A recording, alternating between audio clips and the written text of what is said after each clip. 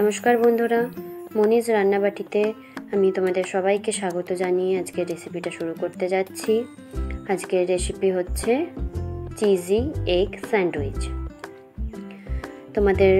আশা করি তোমাদের রেসিপিটা খুব ভালো লাগবে।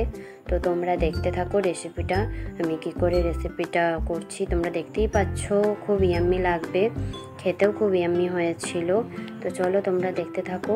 এখানে আমি চিজ নিয়ে নিয়েছি, এখানে ব্রেড, আর এটা হচ্ছে চিলি ফ্লেক্স নিয়ে নিয়েছি, এখানে মেয়োনিজ নিয়ে নিয়েছি, এখানে কিউব আমুলের চিজ নিয়ে নিয়েছি, আর এখানে তোমরা অরিগানো আর একটু টমেটো সস নিয়ে নেবে, আমি ভুলে গেছি ভিডিও করতে। তো চলো এখানে আমি ডিমটা সেদ্ধ করে নিচ্ছি। এখানে একটু ডিমের মধ্যে নুন দিয়ে দেবে, তাহলে ডিমটা খুব ভালো সেদ্ধ হয় এবং চারিদিক দিয়ে ফেটে যায় না। ঠিক আছে, তো দেখো ডিমটা সেদ্ধ হয়ে গেছে। তো এবার আমি ডিমটাকে স্লাইস করে কেটে নেব। গোল গোল করে কেটে নেব ডিমটা। তোমাদের যদি ভিডিওটা ভালো লেগে থাকে তোমরা লাইক, শেয়ার, কমেন্ট আর সাবস্ক্রাইব করে দিও, অবশ্যই করে দিও। তোমাদের যদি ভিডিওটা খুব ভালো লেগে থাকে শেষ অবধি ভিডিওটা দেখতে থাকো, আশা করি তোমাদের খুব ভালো লাগবে। তো এখানে আমি টমেটো সস দিয়ে দিলাম, টমেটো সসটা স্প্রেড করে নেব। আর এটা খাওয়ার জন্য না, তোমরা বিশ্বাস করবে না, এটা খাওয়ার জন্য আমার মেয়ে এত আমাকে বিরক্ত করছিল পাশে দাঁড়িয়ে, যখন আমি ভিডিওটা শ্যুট করছিলাম এত আমার মেয়ে বিরক্ত করছিল, কি বলবো, মানে এত খাওয়ার জন্যে পাগল হয়ে গেছিলো এই চিজি স্যান্ডউইচটা খাওয়ার জন্যে। তো চলো এখানে আমি চিলি ফ্লেক্স নিয়ে নিয়েছি, চিলি ফ্লেক্স ছড়িয়ে দিলাম। এবারে আমি আমুল চিজটা নিয়ে নেব, যে চিজটা আছে, চিজটা আমি হাফ করে নেব, যেহেতু পাউরুটিটা ছোট তাই আমি চিজগুলো একটু হাফ করে নিচ্ছি।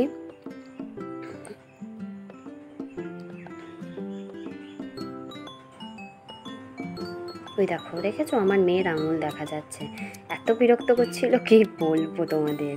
এই দেখো দেখতে পাচ্ছ আমার মেয়েকে। চিজগুলো আমি ভালো করে বসিয়ে নিয়েছি পাউরুটির ওপরে, এবারে ডিমগুলোকেও বসিয়ে দিচ্ছি। ডিমগুলো দেখো সব সুন্দর করে সাজিয়ে দিলাম। এবার যে পাশের যে একটু পাউরুটির সাদা অংশগুলো রয়েছে সেখানে আমি একটু মেয়োনিজ লাগিয়ে নেব, তাহলে একটু খেতে ভালো লাগবে। চিজ মেয়োনিজ দিলে একটু খেতে ভালো লাগবে।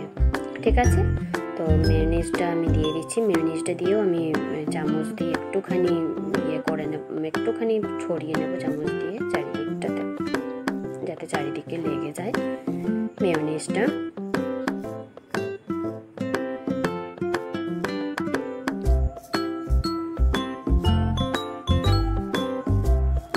দেখো চারিদিকে স্প্রেড করা হয়ে গেছে মেয়োনিজটাও।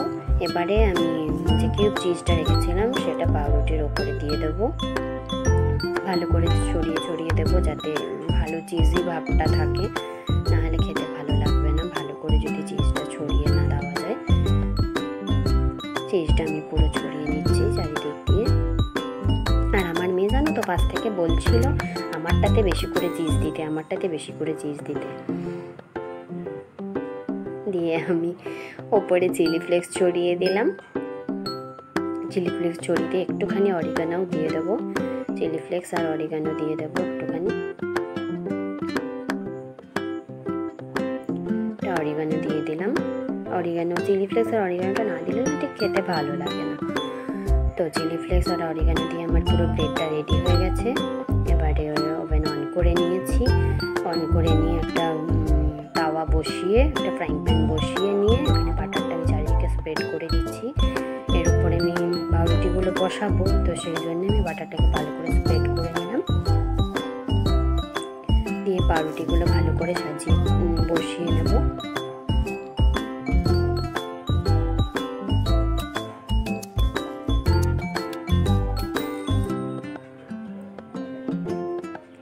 করে বসিয়ে নিয়েছি। এবার আমি ঢাকা দিয়ে দিলাম, এটা একদম লো আছে হবে। কিছুক্ষণ 5-10 মিনিট পর আমি ঢাকাটা খুলে নিলাম। দেখো চিজগুলো সব গলে গেছে, চারিদিকে সব হয়ে গেছে, চিজগুলো পুরো গলে চারিদিকে ছড়িয়ে গেছে। ঠিক আছে, দেখতেই পাচ্ছ তোমরা আশা করি চিজগুলো সব গলে গেছে। এবারে নামিয়ে নেব, একটা একটা করে সব পাউরুটিগুলোকে নামিয়ে নেব।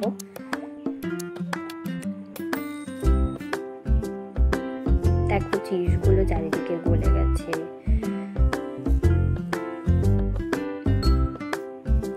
তো চলো সবগুলো নামিয়ে নিলাম।